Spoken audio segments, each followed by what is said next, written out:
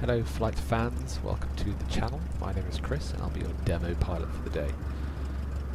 We're loaded up here in Microsoft Flight Sim. We are at Echo Golf Tango Kilo, which to those old enough will be Kidlington. To those recent knowledge it is Oxford Airport, home of Oxford Aviation Academy, lots of GA training, business jets and Airbus helicopters. This is the Iris simulation version of the Grob 115E, which is very nicely done. Here we are inside the cockpit. Would help if I release the parking brake. There we go. Now I'll start taxiing out to a good 0 1. I am commentating and driving and doing the camera work all at the same time, so don't judge my taxiing. Here you get a good sense of the quality of the scenery. Scenery by Pilot Plus, it's available on their website or the MSFS marketplace. And the same deal for the aircraft as well. Definitely worth the price.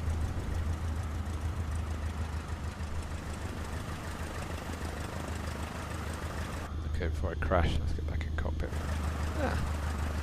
Well, it looks like I'm taxiing out to the wrong runway, but if you don't tell, I won't. Let's start with caveats. I'm not teaching you the only way to do things. This is just my way of doing things. If you have a different technique that works for you, then feel free to comment in the comment sections below. We can learn from each other. But if you want some fun, you want to rate my landings, takeoffs, or anything else I do, feel free to throw that in the comments as well. Setup for today, let's throw the squawk on. Pretend we've got takeoff clearance, so landing light pitot is on. Now I'm not doing everything per the book. This is not cold and dark startup, this is not full CAA procedures, so again don't judge me on that either. Let's put this canopy forwards. And you can see the animation for the canopy plays twice. Small bug in the flight sim, not the model. You can see my altimeter is reading 0, so I know from 100 feet on the altimeter I'm 100 feet above ground level at the airfield. And I'll set my course bar onto the runway, so I've got good reference whilst I'm flying around. For your reference, you can see that the G meter is down here, I'll be using that later. Go for some flaps, rolling takeoff. And yes, I know we're not supposed to do that, but we will do. Worth noting this model is slightly twitchy on the takeoff, but not as much as the default one for the extra 300. Left on the rudder, away we go. Should wait until 150 feet for the flaps, but that'll do. Flaps up, gear remains down and welded.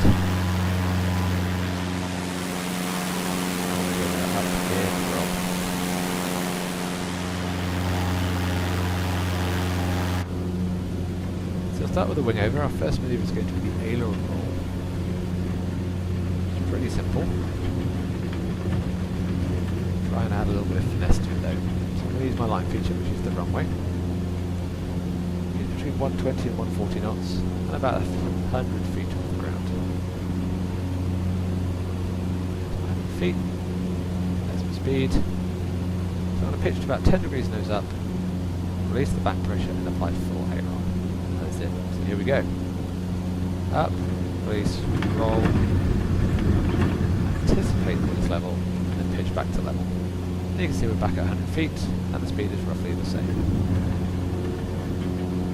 To add a little bit more finesse, depending on how well whichever aircraft type you decide to fly as model, you might want to add a little bit of input to roll rudder. So if you roll left, give a left rudder, and in real aircraft that will slightly increase your rate of roll.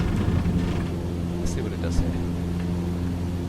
So SS is now taking going towards the whole point for 19. Here we go for an aileron roll. Pitch, 10, roll, bit of right rudder. Doesn't do a lot by the looks of it. Back to level.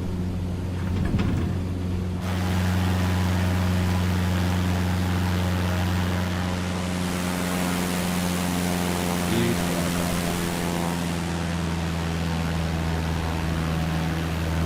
Thoroughly recommend flying aerobatics in cockpit so you can see all the references, or at least fly with the HUD enabled so you can see parameters as you go. Next day we'll be flying a loop. Let's just do a basic loop, 100 feet, and I want near enough 140 knots. So I've got max power selected. Above us, good to go. And up we go. G meter, about 2.5 G, wingtip to wingtip, so the wingtips are the same distance from the horizon. Increasing the back pressure as I go over. Holding that back pressure. As we accelerate down the other side, releasing the back pressure to retain 100 knots. And I've gained, well, let's get 10 knots in the process.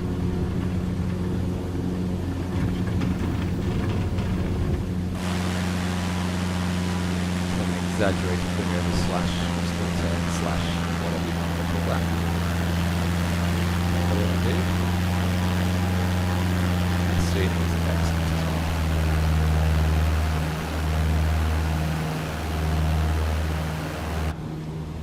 Okay, next we're going for the loop take 2. In fact, let's do a little experiment here. At 140 knots, rudder ball, slip ball is pretty much central. The pitch nose up, keep the power fairly high. Trim, trim, trim. There we go. As the speed reduces, not increasing the back pressure, so the nose is going to go down. We lose lift. If we want to keep the same amount of lift, i.e. keep the nose where it was, we need to increase the back pressure. And that's what happens in the first part of the loop. Second thing you'll notice as I keep this nose up here is without touching the rudder, the slip ball is well out to the right. That means the aircraft is not in balance. We're not tracking in the same direction as the nose is pointing. So we need to squeeze in a lot of right rudder, to keep that ball in the middle. So those are the two things you need to bear in mind whilst flying your loops, is with high power setting and a slow airspeed.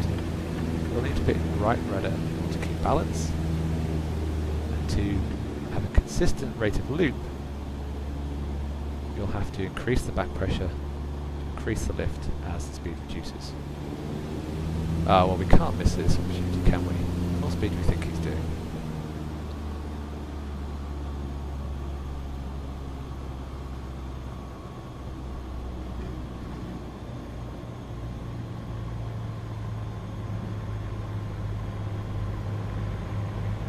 Well, I promise you I didn't do that on purpose.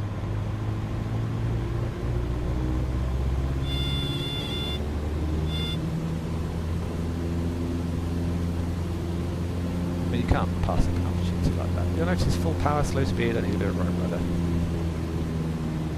I guess I might do a formation video another time. Both go on the way. Back to the job at hand.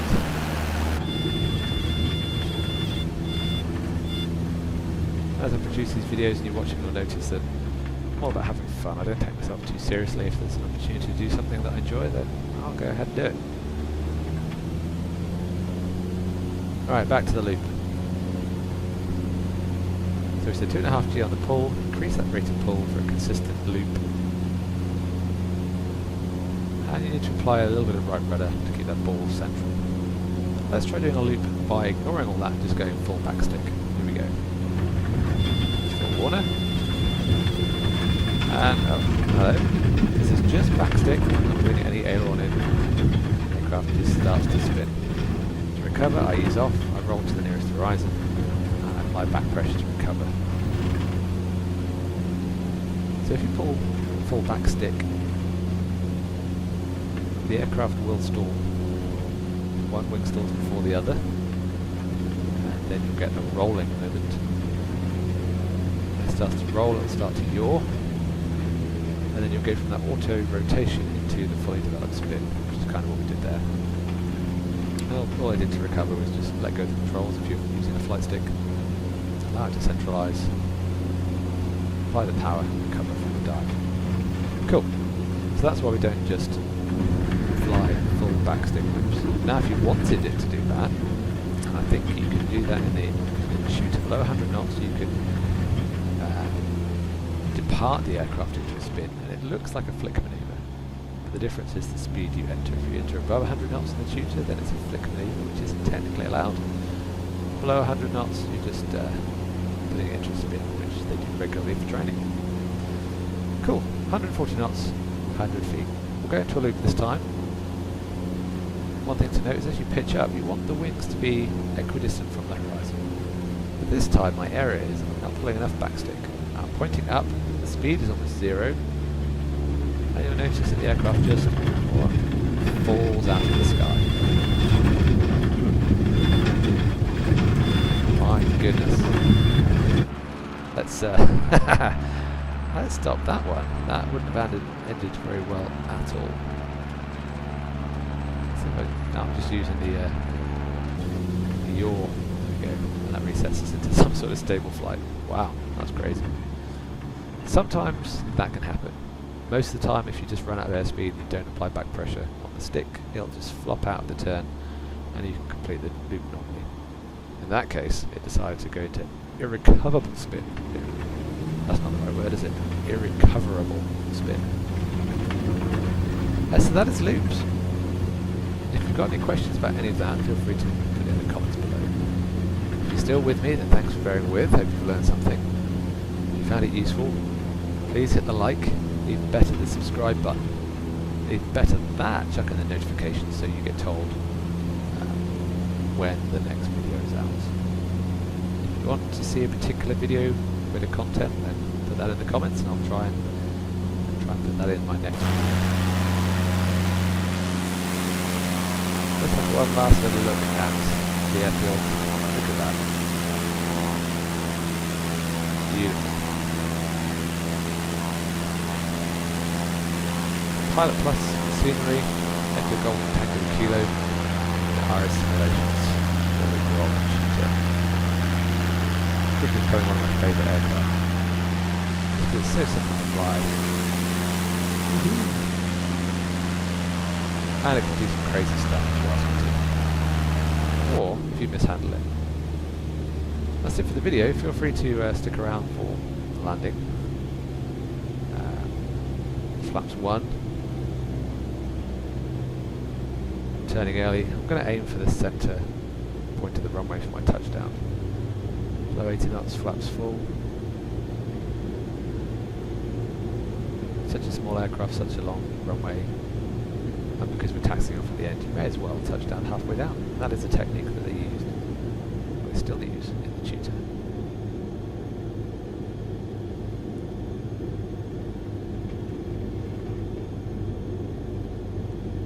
Keep trimming. To the runway.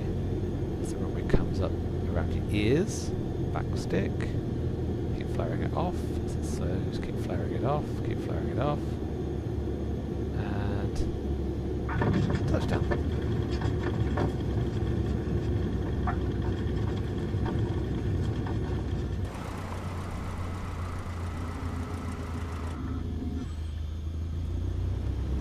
I hope you enjoyed this video, and until the next time, happy flying. Hey there, Chris again. I just thought I'd add a little bit of context about where we were in the world. So obviously we've got the United Kingdom here, down towards London. And if we zoom in here, you've got London, Heathrow, Wickham Air Park is here, and then Echo Golf Tango Kilo. That's what you get for keeping the sim running but not applying the parking brake. Never mind. So there's the airfield itself. Lots of information on Wikipedia, Google Maps, Oxford International Airport. You can see it's accurately reproduced in the sim. Here's the product page. One last plug for Iris Simulations. Really good producer of quality models. And the Pilot Plus webpage. So I was using the current version 1.0.1 for the scenery and 2.1.0 for the Grob.